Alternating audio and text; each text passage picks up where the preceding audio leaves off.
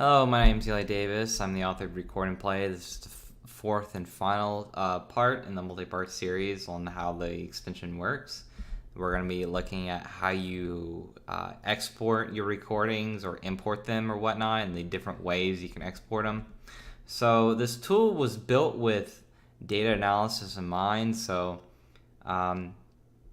if you want to take a recording and look what's going on, you might want to maybe, let's say, write some R scripts to go through multiple recordings and build some statistics over what's happening or whatnot.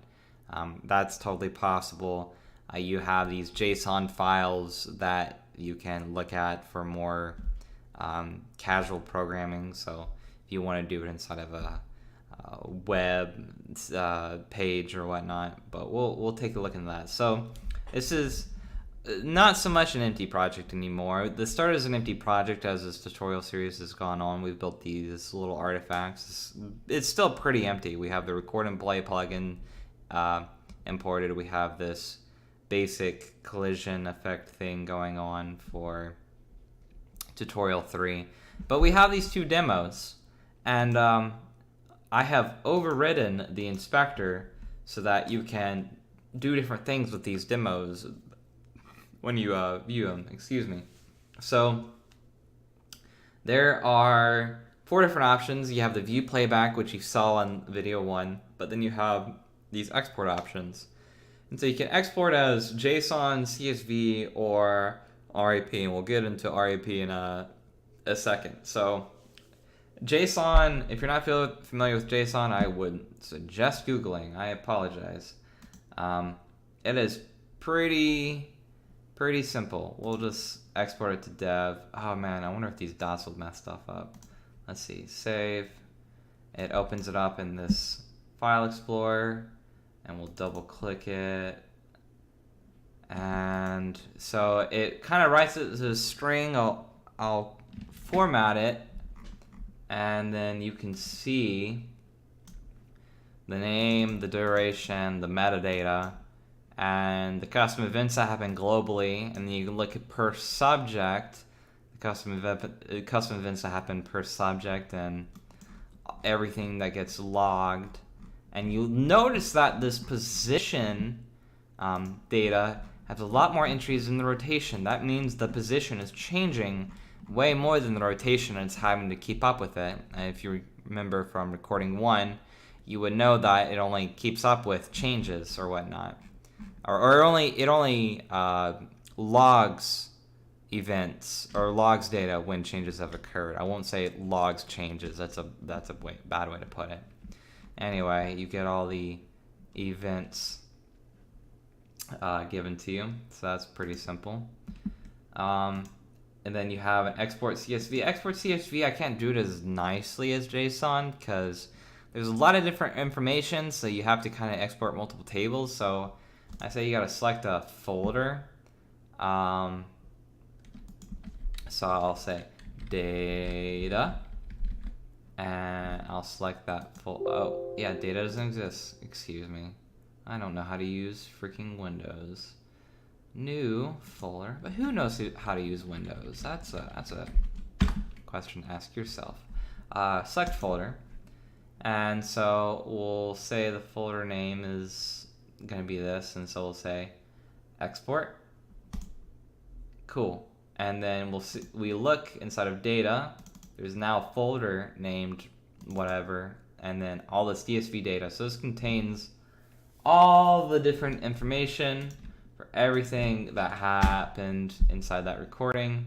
I can open all up, and it'll freak out because I opened 6 different files. Cool. Cool. So rotational data, the metadata. So this is important to note. If it's -1, that means this isn't associated with any subject. That's kind of like the null for subjects or whatnot. So yeah, there's your CSV. And then finally, you got your RAP or RAP files, short for record and play. This is a binary format, and we can kind of compare the file sizes. So let's export as RAP.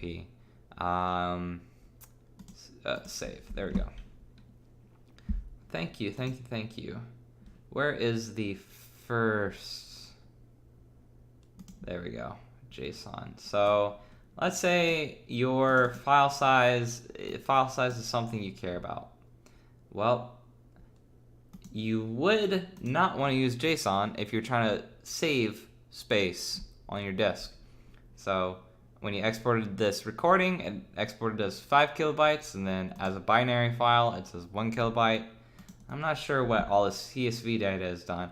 I mean, obviously CSV is strictly for analytics or whatnot. Size 3 kilobytes, but 8 kilobytes on disk, whatever you want to make of that. Anyway, so if you're worried about file size, or if you want to be able to import these recordings later, because importing only supports these .rap files, you want to use wrap. If you want data analytics, or more like if you want to use another program to view this recording, then you're going to be using the .json, the .csv, or multiple star CSV.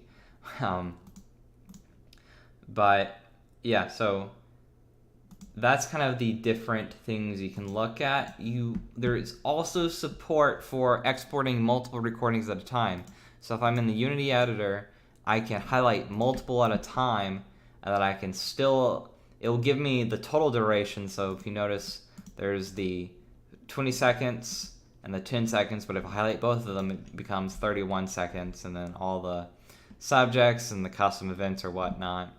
So it's going to total up everything for you, and I can export as JSON, and this works just the same for CSV, but I'm only going to do JSON, so I'll say multiple, and open me a folder, or a folder is already open, I guess.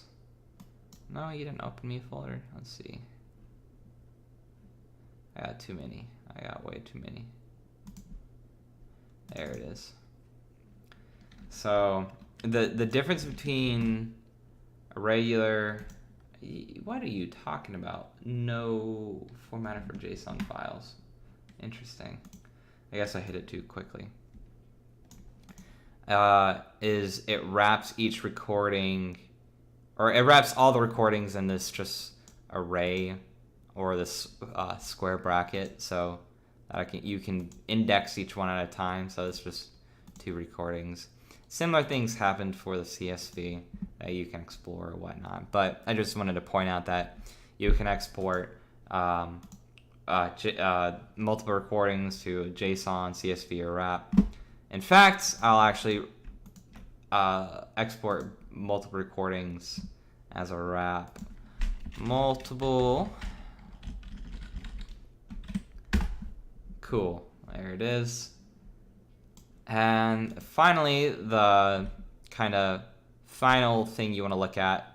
Also, actually, before I get into that, you see how, because this binary format is using compression, it really kind of stacks up with how much file size you're saving. So it was 1 to 5, now it's 3 to 15. You know, pretty substantial. Anyway, so the only thing you can import is .rap files. So you will go to Window, Record and Play, and then Import Recordings. It's going to ask you to select the recordings to load, and I'll say multiple. And it's going to ask you for you to create a folder name to that it's going to plop all these recordings in. It's always going to kind of give you this folder for you to put all newly imported recordings. So if I were to name it the folder something that already existed in the project, so record and play 3D, it's already taken, so I need to make it something unique. So I'll say something unique, or I'll just butcher the spelling. Here we go, and we'll say import. Boop, creates a folder, and then there's our recordings again, read in through the file, and we can view the playback. And this is, if you remember from video, I think 1. maybe 2. This is us messing with the boxes. And so, yeah, that's how you would transport recordings between 2 different computers. If you want to know how to write this recording yourself, so instead of going through the editor, you can write wrap files through something called the IO namespace. So using licdavis.recordandplay.io. That's going to be, you're going to be writing file streams and all that. So if we pop open some of that code, actually, let me see. Well, we can kind of look at it through this packager. So packager, you can either say to transport, which is going to be using something called protobuf. So I have built protobuf representations of all these like files. So if you wanted to actually recreate this recording class on your own custom code, so like let's say you had a JavaScript or like a Node server or a Golang server or a Rust server, you could take my protobuf file, run the appropriate tools, and build Rust representation or Node representation of the recording and then use it. That's what this to transport is it's building these transport objects, and those transport objects then you could write to binary whatever. The .wrap extension uses protobuf plus some compression, so it's not just protobuf. So if you wanted to, write your own importer for those, you would need to read the code. Anyway, so you don't really worry about to transport, you'd actually worry about package. So what package does is you pass it a stream, and the stream is what the package function writes to. So you would pass it a file stream, and then you pass it the recordings, and then the recordings get written to that file stream. And then, boom, you have a file with everything recorded in it. So you can kind of see an example of this inside the editor. So if we look in some of the scripts, the editor, and we look at, gonna be probably recording editor, we see export as wrap. You see we create a file stream which is a path that has been passed in, and then we just pass the packager that file stream, and then it writes to that, and it's as simple as that. So this is pretty much what you probably will be using in your game. If you want recordings to be played back and saved and persist across multiple loads of your application, you will be wanting to write this to disk, and you will be wanting to create a file stream and writing to that file stream and then loading from it later.